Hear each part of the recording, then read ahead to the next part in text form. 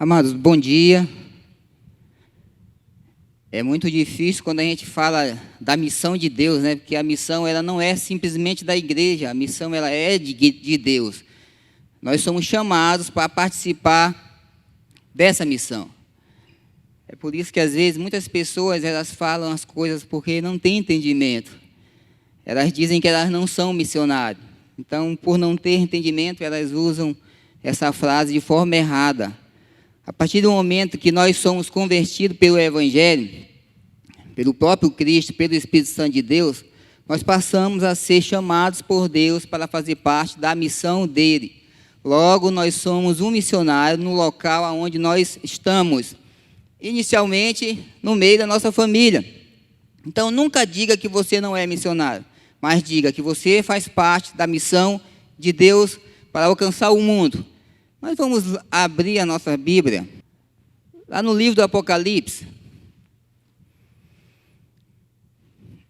Eu tinha duas mensagens para falar. Uma sobre o chamado, que a gente poderia usar o texto de Abraão lá em Gênesis 12. Mas eu achei melhor nós falarmos aqui no Apocalipse, no capítulo 2, a partir do versículo 8, que é justamente a carta à igreja em Esmirna. Apocalipse, capítulo 2, a partir do versículo 8.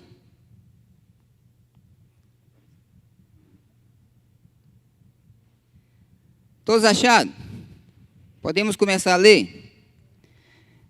Nos diz assim: ao anjo da igreja em Esmirna escreve: estas coisas diz o primeiro e o último, que esteve morto e tornou a viver.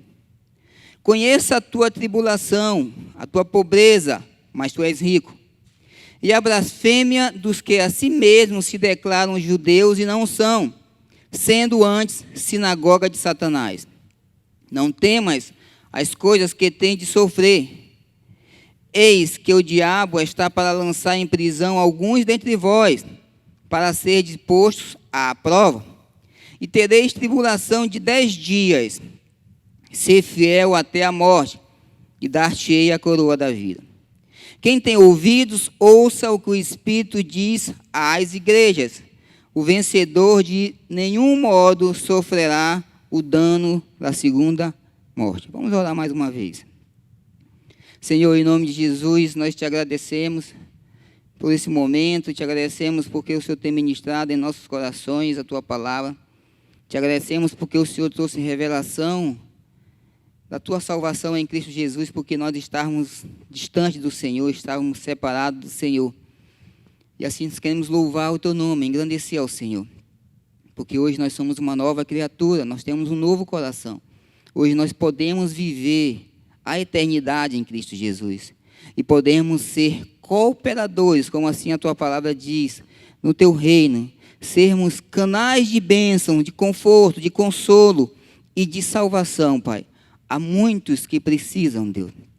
Um dia alguém orou por nós, um dia alguém pregou o evangelho aos nossos corações, um dia alguém pagou o preço por nós. Que nós estejamos dispostos a fazer o mesmo por alguém, Deus, inclusive pelas nações. É o que eu te peço e te agradeço em nome de Jesus. Amém. Amados, como o pastor Jean falou, na verdade o meu coração recebeu isso algo de Deus. Não foi algo que aconteceu em uma semana, em um mês, do dia para a noite. Foi algo que aconteceu há 20 anos atrás, né? Mais ou menos 20 anos atrás. Quando Deus colocou em meu coração a questão da janela 1040, né? Que é a área da África, da Ásia, do Oriente Médio. E depois, a gente estudando, a gente pesquisando, a gente entendeu que existem as nações perseguidas. São duas coisas diferentes, né? Porque as nações perseguidas elas saem daquela área geográfica da janela 1040, a África, a Ásia e o Oriente Médio. Aqui mesmo na América, nós temos nações que perseguem os cristãos. Então, são duas coisas diferentes, porque a janela 1040 é um retângulo imaginário, né, que se estende da África à Ásia. São os 10 graus e 40 graus ao norte da linha do Equador. São as 65 nações menos evangelizadas da face da terra. Então, há 20 anos atrás, o Senhor colocou isso no meu coração e há 20 anos atrás nós começamos a estudar e a dedicar ao chamado sobre as nações perseguidas. Isso não quer dizer que, como eu falei para vocês no início, que nós não sejamos missionários. Nós somos missionários. Nós somos chamados por Deus para sermos cooperadores. O próprio Paulo fala na sua carta lá em Coríntios, 1 Coríntios 3, que nós somos cooperadores no reino de Deus, né? Então, que a gente tome posse disso que Deus já nos deu, né?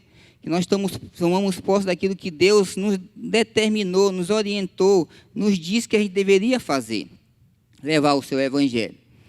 E aqui a gente lendo a carta da igreja em Esmirna, é um contexto totalmente diferente do que a Esmirna estava vivendo. É um contexto totalmente de perseguição, né?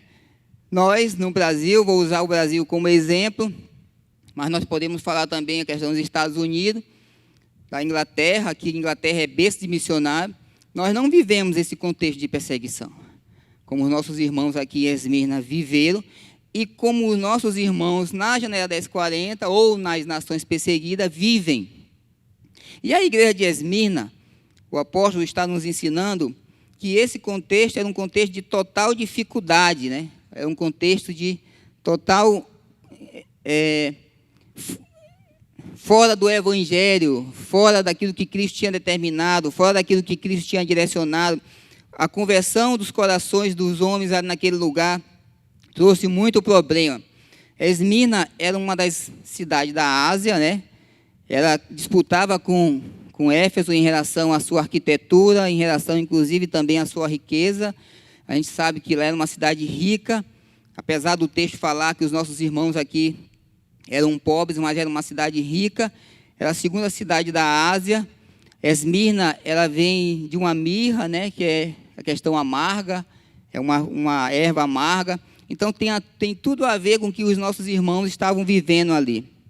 Nessa época, muitos cristãos foram jogados do monte. Inicialmente, um dia, 1.200 cristãos foram jogados do monte. Depois de um tempo, mais 800 cristãos foram jogados do mesmo monte por causa do evangelho. Nós, no Brasil, nós não vivemos isso. Por que eu escolhi essa mensagem em relação à igreja de Esmirna? Porque eu penso que nós precisamos preparar as nossas gerações futuras. Às vezes nós vivemos um evangelho tão tranquilo no Brasil que esquecemos de preparar os nossos filhos, que é o primeiro lugar, o primeiro foco da nossa vida como missionário. É preparar as gerações. Os nossos filhos estão dentro de casa e a gente às vezes não está ligando para eles, não está cuidando deles como deveria cuidar. Por quê? Porque nós não vivemos numa perseguição como aqui na igreja de Esmirna. E não vivemos uma perseguição como na igreja das nações perseguidas. Então, não esqueçam do seu filho. Não deixe seu filho viver o evangelho água com açúcar. Não deixe seu filho viver o evangelho que não é o evangelho de fidelidade, não é o evangelho, se for o caso, estar preparado para morrer. Por quê, queridos? Nós estamos caminhando para isso. No Brasil, hoje, nós não vivemos isso, mas um dia o mundo vai ser perseguido. Um dia as pessoas que se converteram ao evangelho vai ser perseguido. Então, aqui Esmirna está justamente nos ensinando isso, nos mostrando isso, um contexto de perseguição, um contexto de aperto, um contexto de aflição, um contexto de tribulação, um contexto agora onde as pessoas não tinham direito, onde os seus direitos o governo não respeitava. Nós não vivemos assim hoje no Brasil. E nós achamos que isso só acontece lá. Não é. Como eu falei para vocês, se nós entendemos que nós somos missionários com Deus no local onde nós estamos, nós também somos missionários com Deus no local onde nós não estamos fisicamente. Como, por exemplo, as nações perseguidas. Quando nós estamos aqui, mas estamos intercedendo para os nossos missionários lá na Tailândia, como a Lúcia, né? A Luciana, quando foi para a Turquia, o Julian, a Fernanda, né? Que foi para Bangladesh. Ou seja, nós estamos junto com eles. Eles estão lá, nós estamos aqui, mas nós estamos unidos num só corpo. Então, assim como eles estão sofrendo lá, passando por aperto, por dificuldade, nós também estamos sofrendo da mesma forma. Não fisicamente, mas porque nós fazemos parte do mesmo corpo. E a igreja de Esmirna vivia esse mesmo contexto, né? A igreja nunca foi tão perseguida como nos dias atuais. Mas você vê que a palavra ou o contexto de perseguição não é novo. O próprio Cristo foi perseguido, né? O próprio Paulo foi perseguido. O próprio apóstolo João foi perseguido. Pedro foi perseguido. Então, a gente vê que essa questão de a gente viver esse evangelho não tem para onde correr. E as nossas gerações, a nossa geração presente, está sendo preparada de forma errada. Esmirna nos ensina aqui muitos ensinamentos que às vezes a gente não percebe ao simplesmente dar uma leitura superficial da carta. Jesus, aqui no versículo 8, ele diz o seguinte aqui, ó. Leia aí na sua Bíblia, como ele diz aí, ó. Ao anjo da igreja em Esmirna escreve: estas coisas diz o primeiro e o último, que esteve morto e tornou a viver. Jesus se apresenta aqui para a igreja, pela cidade, aquela cidade cultuava o imperador romano. E por isso que ele se apresenta desta forma: eu sou o primeiro e o último. Porque dizer a César, dizer a Roma que não iria cultuar, era botar a sua cabeça na guilhotina. Era botar a sua cabeça para ser cortada.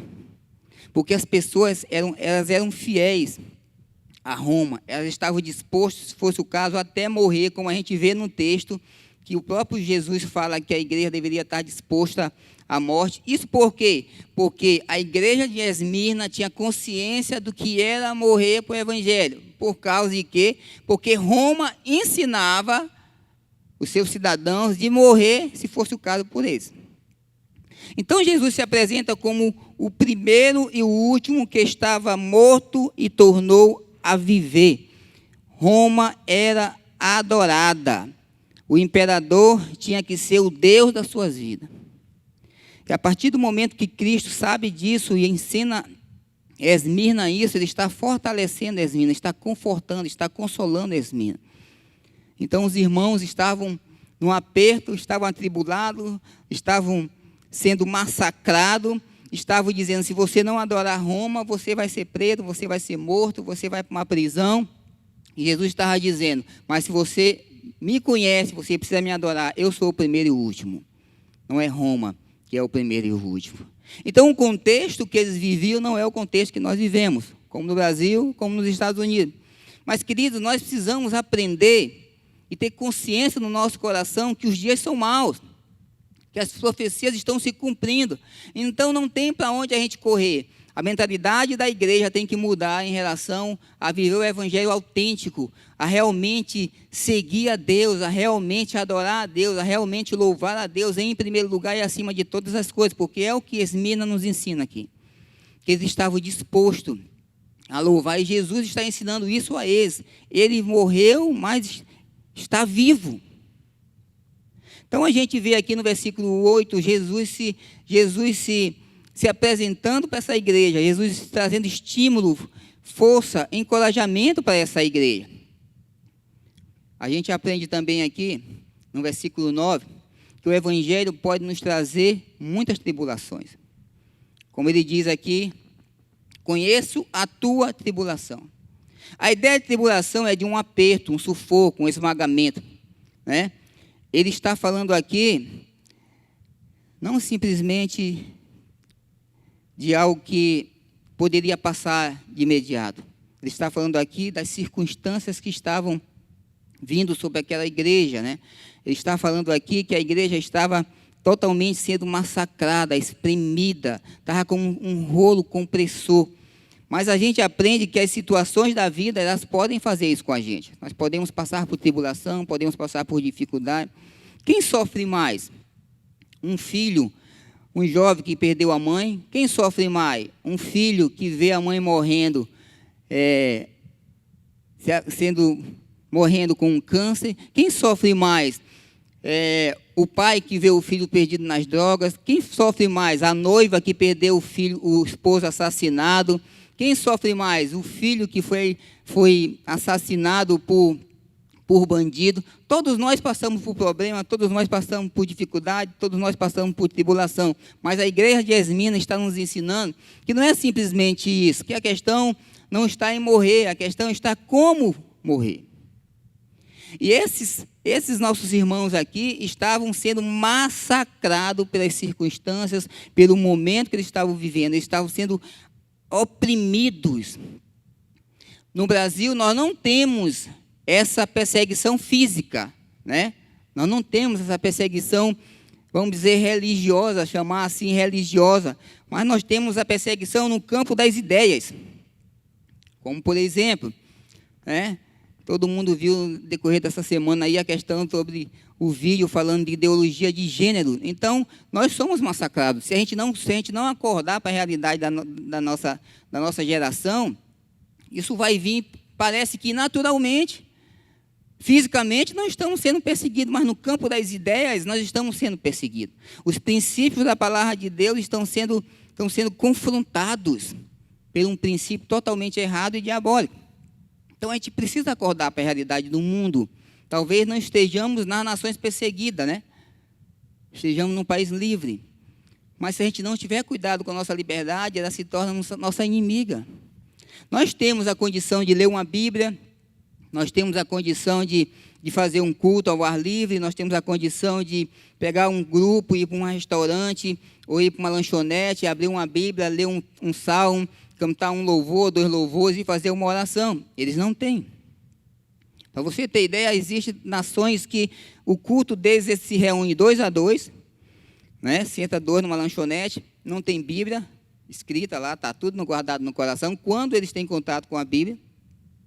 E ali eles vão compartilhar alguma coisa da vida, e ali eles vão cantar um louvor, sem que seja muito percebido, porque senão podem ser denunciados e presos. E ali eles cultuam a Deus, ali eles louvam a Deus. Então, todos nós passamos por dificuldade, todos nós passamos por tribulação, mas essa igreja aqui estava totalmente espremida devido a aceitar a Cristo, a crer em Cristo, a decidir que está disposto até a morte a viver por Ele, a testemunhar dEle, a dizer que Ele é o único Deus. Então, Esmina nos ensina que o Evangelho pode trazer tribulações. Diferente de muitas pregações que, infelizmente, nas internet estão cheias, certo? Que a gente vê aquelas pregações de vitória, aquelas pregações que se você vir, Deus vai te dar. Se você vir, você vai ter um bom salário. Se você vir, você vai ter uma boa namorada, uma boa esposa. Se você vir, você vai ter um bom emprego. Não te capacita para te ver se tu vai ter um bom emprego. Não trabalha para você ver se você vai ter um bom salário. Ou seja, a questão do bom emprego vai muito da capacitação, a questão do bom salário vai muito do trabalho. Tem gente que não gosta de trabalhar, como é que vai ter um bom salário? A própria Bíblia diz que vai ter com a formiga ao preguiçoso, né? Então, o que acontece? A gente tem que entender que o Evangelho traz, sim, tribulações. Nós não vivemos as tribulações como eles vivem atualmente, como Esmirna viveu. Mas vivemos muitas tribulações em todos os sentidos, inclusive agora, no campo das ideias. A gente viu aí no decorrer dessa semana, então precisamos ter cuidado com isso. Como nós estamos preparando os nossos filhos? Como é que está o Evangelho? Qual Evangelho nós estamos realmente vivendo dentro da nossa casa? É o Evangelho que tudo pode? É o Evangelho que nós somos vitoriosos? Quem foi que disse que Esmirna não é vitorioso? Que justamente Esmirna está dizendo, Deus está dizendo que eu vou dar a coroa da vida. Quem ganha a coroa é vitorioso, né? Então, a gente precisa entender que o nosso coração tem que estar preparado para essa dificuldade. A gente tem que entender que o Evangelho é acima de tudo. Nós estamos dispostos a viver e a morrer por Cristo. Como entender, né? Qual é o real sofrimento do homem? Qual é o real problema do homem? É uma tribulação? É uma prisão? É uma morte? O real problema do homem é a morte eterna. É a distância com Deus. É não se relacionar com Deus. Por isso vamos acordar. Os nossos irmãos de Esmirna nos ensinam isso. Deus, ele iniciou dizendo: eu sou o primeiro e o último, né? Eu estava morto, mas eu estou vivo. A gente precisa aqui desacordar para a nossa realidade. Por isso que muitas pessoas, elas dizem assim: eu não sou missionário, eu tenho tanta coisa para fazer aqui, eu tenho tanta coisa para me preocupar aqui. Não, se você entende que você faz parte do chamado de Deus, na missão de Deus, mesmo você estando aqui na igreja local, porque Esmirna era uma igreja local, mesmo você estando aqui na igreja local, você tem a condição dada por Deus de ajudar o mundo em todos os sentidos, financeiramente, orando. E se você tem convicção no coração de que você quer ir para as nações perseguidas, aí cabe a você e Deus. Mas entenda uma coisa: a perseguição local, na janela 1040, ou nas nações que são perseguidas de forma geográfica, ela vai acontecer no mundo inteiro. Os nossos filhos, os nossos netos, os nossos bisnetos precisam ser preparados hoje, para que isso vai acontecer mais na frente. Talvez a gente não passe por essa perseguição, não sei, tem muitas linhas teológicas, né? Vai ou não vai passar pela grande tribulação? A questão não é simplesmente vai ou não vai, a questão é estar com o coração preparado, porque Esmirna aqui tinha um coração preparado para passar pela grande tribulação, pelos problemas. Então, Esmirna nos ensina que o Evangelho pode trazer tribulação. Os irmãos aqui foram forçados a adorar o imperador, como se fosse Deus. Mas eles estavam dizendo que não iriam adorar. Como entender o amor de Deus no meio da perseguição? Né? Como entender o amor de Deus no meio da perseguição? Você já pararam para pensar sobre isso? Com certeza não. Muitos não pararam para pensar. Sabe por quê? Voltar para o contexto. Porque nós não vivemos um contexto de perseguição. Nós temos a liberdade religiosa. E o texto aqui nos ensina que a igreja foi, inclusive, perseguida de forma religiosa. Então, aprenda isso. O Evangelho pode trazer tribulações. Outro ensinamento é que o Evangelho pode trazer pobreza, né? Vivendo num contexto o qual nós podemos ganhar o nosso dinheiro, como eu falei ainda agora. Vivendo num contexto o qual nós podemos comprar as nossas propriedades, ter muitos bens. E num contexto de que Esmirna não tinha, né? Apesar de ser uma igreja, de ser uma cidade rica, mas os irmãos não eram ricos. A maioria desses irmãos eram escravos. E os que tinham alguma coisa, era confiscado deles aquele bem.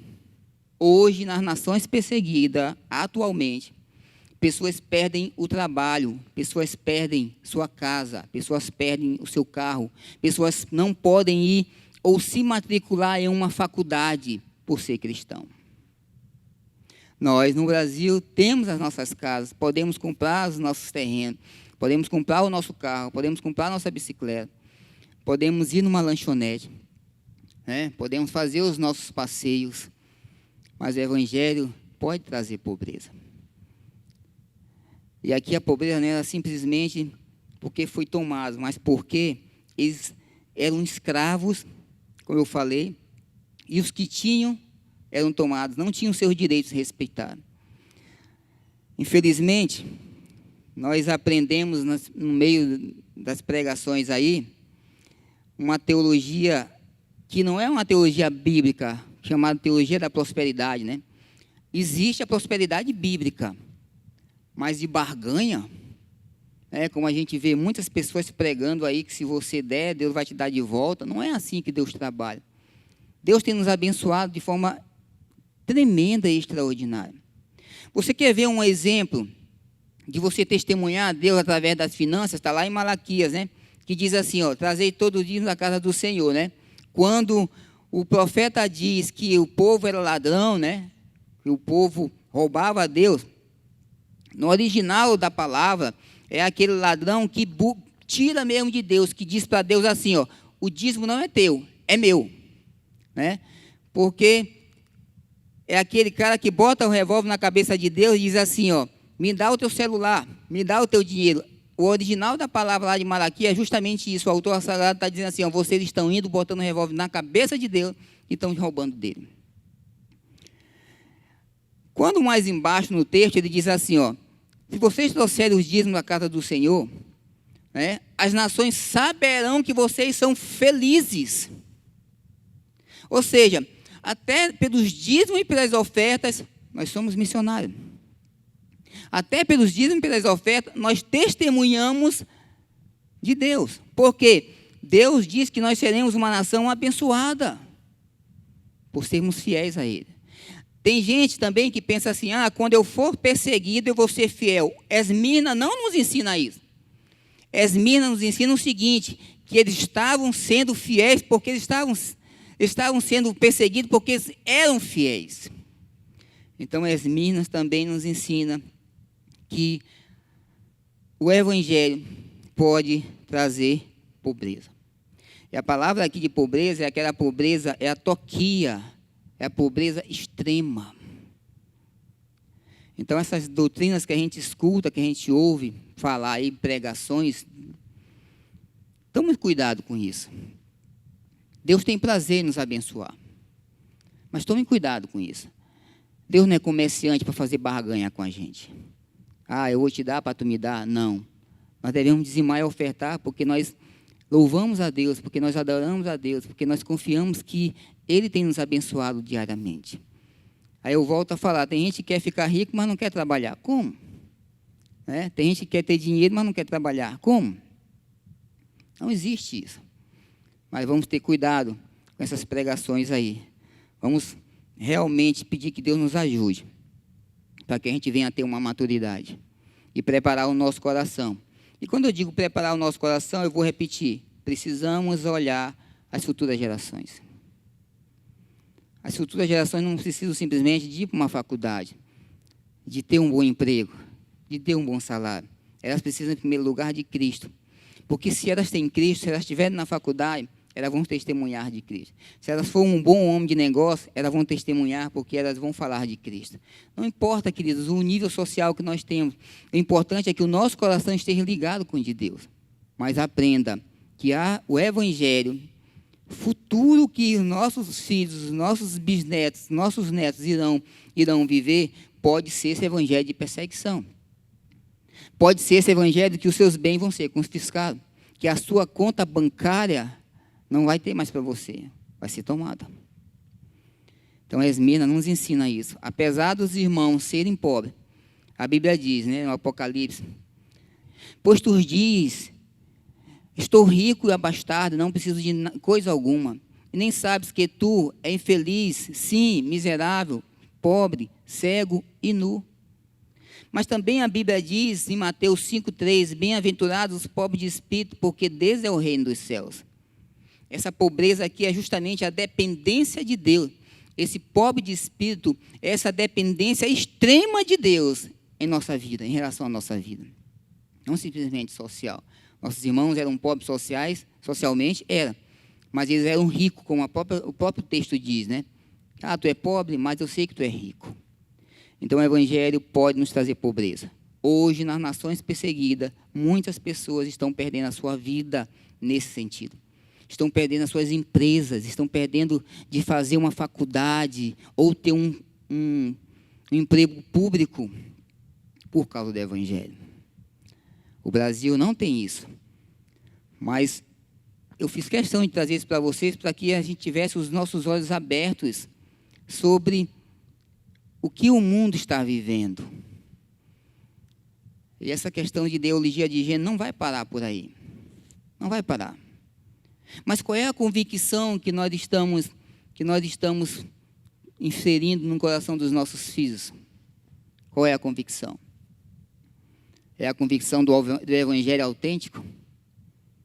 Precisamos acordar para aquilo que nós estamos vivendo. O Evangelho também pode trazer difamação, ou a perseguição religiosa. O versículo 9, ele diz assim, e blasfêmia dos que a si mesmos se declaram judeus e não são, sendo antes sinagoga de Satanás.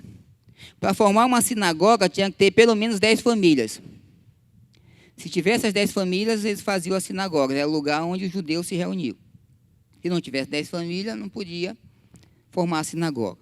Então, os judeus estavam, inclusive, usando a sinagoga para justamente blasfemar, caluniar contra a igreja.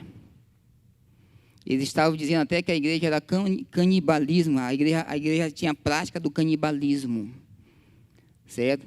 Eles diziam que a igreja era contra os princípios da família. Eles iam para a sinagoga justamente para difamar a igreja. Por isso que eles são chamados de sinagoga de Satanás, porque se reuniam para justamente falar contrário à igreja. Então, nós podemos ser difamados por causa do evangelho. As pessoas podem levantar calúnias contra a gente por causa do evangelho. As pessoas podem inventar história contra a gente por causa do evangelho. Isso acontecia lá em Esmirna. Talvez alguém aqui já viveu isso no meio da sua família, no meio dos seus amigos, ou até mesmo no seu emprego. Por ser cristão, por não aceitar alguma situação, até sobre corrupção, e assim ser levantada alguma blasfêmia, alguma calúnia contra você. Mas saiba de uma coisa, se você é fiel a Deus, não tem por onde correr, isso vai acontecer. As pessoas vão levantar calúnia contra a gente. As pessoas vão nos difamar. E elas fazem e têm prazer em fazer isso, porque elas querem ver a gente para baixo, querem ver a gente derrotado. Mas a gente sabe que isso tudo tem uma origem, né, que é o diabo, ele é o pai da mentira. Então, ele vai querer levantar a calúnia contra a igreja. Aprenda, o evangelho pode trazer blasfêmia contra a gente, pode trazer calúnia contra a gente. Então, a gente vê aqui a perseguição religiosa. E uma das causas das nações perseguidas sobre a perseguição é a questão religiosa. Nós temos a liberdade de cultuar a Deus. Lá, cultuar a Deus em público, em algumas nações, é problemático. É dizer assim, pode cortar a cabeça. É assinar a sentença de morte. Nós temos várias traduções da Bíblia. Eles, às vezes, não têm a Bíblia. Eles, às vezes, têm a Bíblia escrita num papel higiênico. Aí fica passando de um lugar para outro. Existem tribos na África que eles têm um texto bíblico, um capítulo de Mateus, e o outro tem o capítulo 2 de Mateus, o outro tem o capítulo 3 de Mateus, e aí eles ficam trocando. Um mês, uma tribo fica com o capítulo de Mateus, o capítulo 1. Aí depois troca para outra tribo que tem o capítulo 2. Depois pega o capítulo 3 da outra tribo. Então, eles ficam trocando para poder conhecer o Evangelho. Nós temos várias traduções da Bíblia. E, às vezes, não damos o amor que ela merece. Nós não realmente damos atenção, o valor que a Bíblia precisa ter para a gente. A perseguição pode trazer também calúnia. A gente precisa amar mais a Deus. Pode trazer perseguição religiosa. A gente aprende também aqui no versículo 10 que o Evangelho pode nos levar à prisão. Ele diz assim: não temas as coisas que tens de sofrer. Eis que o diabo está para lançar em prisão alguns dentre vós, para ser disposto à prova, e tereis tribulação de 10 dias. A Nádia, ela foi presa lá na Turquia. Foi Turquia, pastor Rafael? A Nádia foi presa na Turquia por um dia por causa do Evangelho. Ela ficou um dia na delegacia, né? Ela disse aqui, né? Vocês viram que ela falou aqui que foi presa por causa do Evangelho. Então, o Evangelho pode trazer isso. Hoje, no Brasil, vivemos isso? Não. Hoje, no Brasil, nós podemos ir para as penitenciárias pregar o Evangelho. Existe uma igreja que faz trabalho lá dentro de Pedrinhas. Leva o Evangelho, leva as boas novas, ora com os presos, leva conforto, leva consolo, leva a verdade, leva a salvação. Amém por isso. Glórias a Deus por isso. Mas o Evangelho pode trazer. E vai chegar um dia que o mundo inteiro vai viver isso. Ou seja, quem for cristão pode ser preso. Não tem para onde correr. Aonde estão os nossos filhos aí? Os nossos filhos estão hoje, precisam ser preparados hoje. A pastora Ailton falou aqui sobre as crianças, né? A gente às vezes não dá atenção para as crianças que nós precisamos dar. E a atenção das crianças não é simplesmente dentro da igreja, né? A escolinha dominical, a igreja ajuda, direciona. auxilia, mas quem tem que ensinar dentro de casa são os pais, são as famílias. Vivemos um contexto de família que não é simplesmente marido e mulher, é a avó que cria o neto. Lá no IPAD nós estamos começando a trabalhar isso com as famílias, e eu estou sendo bem claro para eles, não é simplesmente família, marido e mulher, mas tem vó lá que cria os seus netos. A gente tem que alcançar essas famílias, são famílias, e são pessoas importantes para Deus, que precisam ser direcionadas, doutrinadas, e precisam até ser salvas. Então, as nossas famílias precisam ter o Evangelho inserido, as nossas crianças. Eu assisti uma palestra essa semana, justamente falando sobre isso, que o perigo hoje está sendo da idade de 4 a 11 anos de idade, não é nem os adolescentes mais, é a idade de 4 a 11 anos de idade. O Evangelho precisa ser ensinado para as nossas crianças. O Brasil está sendo bombardeado com esse negócio de ideologia de gênero. O Brasil não, mas eu vou usar o Brasil como exemplo. Nós estamos sendo bombardeados. Satanás ele está perseguindo a igreja. E o propósito dele é justamente, se for o caso, levar a igreja para a prisão. O Evangelho pode trazer isso. As nossas crianças precisam ver o verdadeiro Evangelho, precisam aprender quem realmente é Cristo, o que Ele fez por nós, o sofrimento dEle. Satanás tem prazer em levar. Né? E a gente vê aqui também um governo, porque Roma levou os servos do Senhor para a prisão. E a prisão de Roma, na época, era a antessala da morte, do túmulo. Quando você ia para uma prisão em Roma, na época de Esmina, você estava dizendo, vou, mas talvez não volte. Posso morrer de várias coisas lá, inclusive de fome, porque eles não davam, eles não cuidavam dos presos.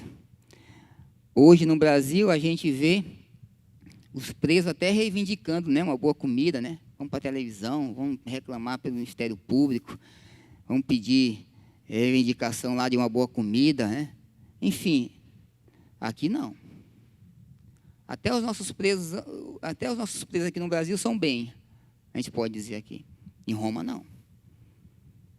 Joga lá e deixa lá. Vê até quando vai viver. Morreu, joga lá num buraco, enterra, joga um pouquinho de terra e acabou. Assim os nossos irmãos viviam. Existem lugares aqui no mundo, hoje, que acontecem isso. Irmãos nossos que estão sendo presos por causa do Evangelho, que estão sendo levados para prisão por causa do Evangelho. O Evangelho pode também nos levar à morte, como nós já lemos no versículo 10. Né? Que muitos vão ser levados o quê? E vão chegar até a morte. Se for fiel até a morte, dar-te-ei a coroa da vida. Então, queridos, vamos acordar. Deus não só quer preparar o nosso coração, como Deus quer que a gente participe da missão dele nas nações que estão sendo perseguidas por causa do Evangelho. Você não está ouvindo essa mensagem simplesmente por ouvir. Você está ouvindo essa mensagem porque Deus quer abrir a tua mente, Deus quer abrir o teu coração, Ele quer trazer algo novo na tua vida. Ele quer que você participe mesmo da missão dele. Jesus nos chamou para sermos seus discípulos. Jesus nos chamou para que viéssemos testemunhar dele. E às vezes parece tão longe estar na Tailândia, mas não é tão longe. Está bem aí. Sabe por que está bem aí? Praticamente toda semana eu falo com a Lúcia. Praticamente toda semana a gente está conversando com a Lúcia. Inclusive tem jovens daqui da sede que têm estado tendo contato com a Lúcia, conversando com a Lúcia. Então não está do outro lado do mundo, está bem aí. E quando você faz tem uma conversa dessa com a Lúcia, você leva força para ela, leva ânimo. Ela fica tão alegre porque ela sabe que você está se preocupando com ela. Só o fato de você ter dado um tempo seu para ela, isso estimula, né, está conforto, consolo ao coração da Lúcia. Então, Esmirna viveu isso, né, sobre essa perseguição até a morte. E Esmirna não tinha o que nós temos hoje. A tecnologia para podermos levar conforto, consolo aos nossos irmãos. Esmirna não tinha condição de receber dinheiro de outras igrejas. Hoje nós temos condição de mandar dinheiro para manter os nossos missionários no campo. A Igreja Maranata hoje é uma igreja que trabalha com missões, né? é uma igreja que Deus falou bem direto ao coração do pastor Afonso, e ele aceitou e ele abraçou.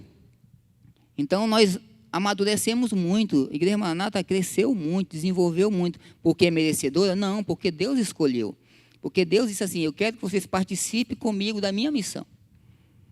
Então, queridos, abre o teu coração. Deixa Deus falar o teu coração. Ore pelos missionários. Ore pelo teu filho. Ore pela tua família.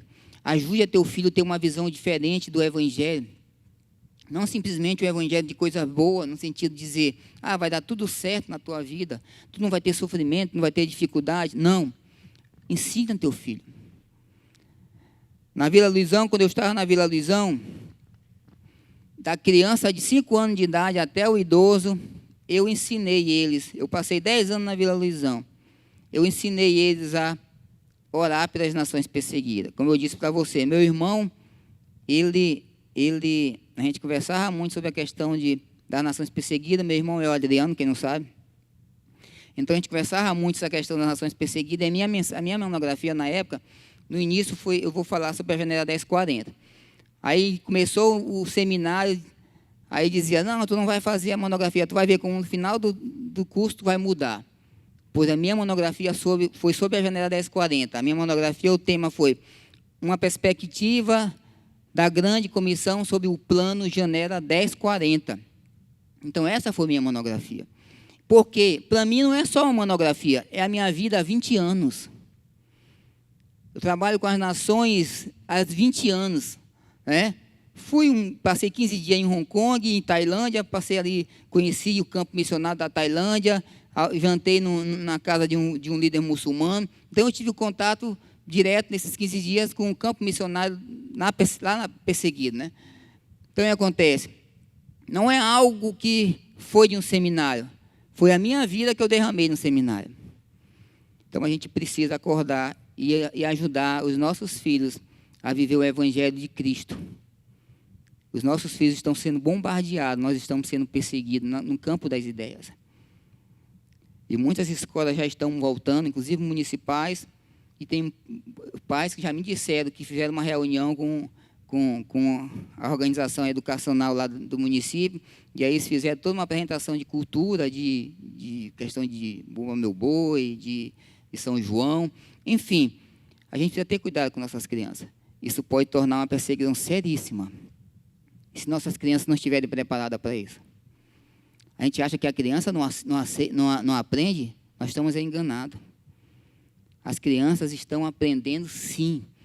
A gente pensa que esse negócio de ideologia de gênero, eles não estão sabendo o que está acontecendo, não estão vendo o que está acontecendo. Estão vendo. Esses vídeos que fizeram aí, não foi à toa, foi preparado, as crianças foram preparadas para falar aquelas coisas. Vamos abrir os nossos olhos. A perseguição, ela é real. Não podemos descansar, não. Mas existe um consolo. Deus está no controle de todas as coisas. No versículo 9 e 11, a gente viu Deus falando sobre isso, mostrando sobre isso.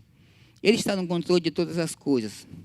Ele que nos conhece antes da fundação do mundo. Ele é o Deus eterno. Ele é o primeiro e o único e o último, como nós já falamos, como o texto fala. Ele é aquele que nunca muda. Ele é aquele que sempre vai estar conosco até a consumação do século, como ele mesmo disse sobre isso. Há uma esperança para a igreja, sempre houve uma esperança para a igreja. A igreja nunca esteve só, apesar de toda essa dificuldade que ela passou, que ela vai passar, que ela está passando, hoje, em alguns lugares de forma geográfica, futuramente no mundo inteiro, mas Deus não vai nos deixar só. A questão é, como é que nós estamos nos preparando para isso? Esmina estava sendo colocado à prova por Deus. Deus estava levando Esmina para ser colocado à prova. Às vezes as nossas dificuldades, elas são tão poucas, né? E às vezes a gente acha que Deus não está conosco. Acha que Deus esqueceu da gente, acha que Deus abandonou a gente. Mas quando a gente vê e lê a carta de Esmina, não é assim. Deus sempre está conosco. Deus sempre vai nos encorajar. E ele diz o seguinte: ser fiel até a morte e dar-te-ei a coroa da vida.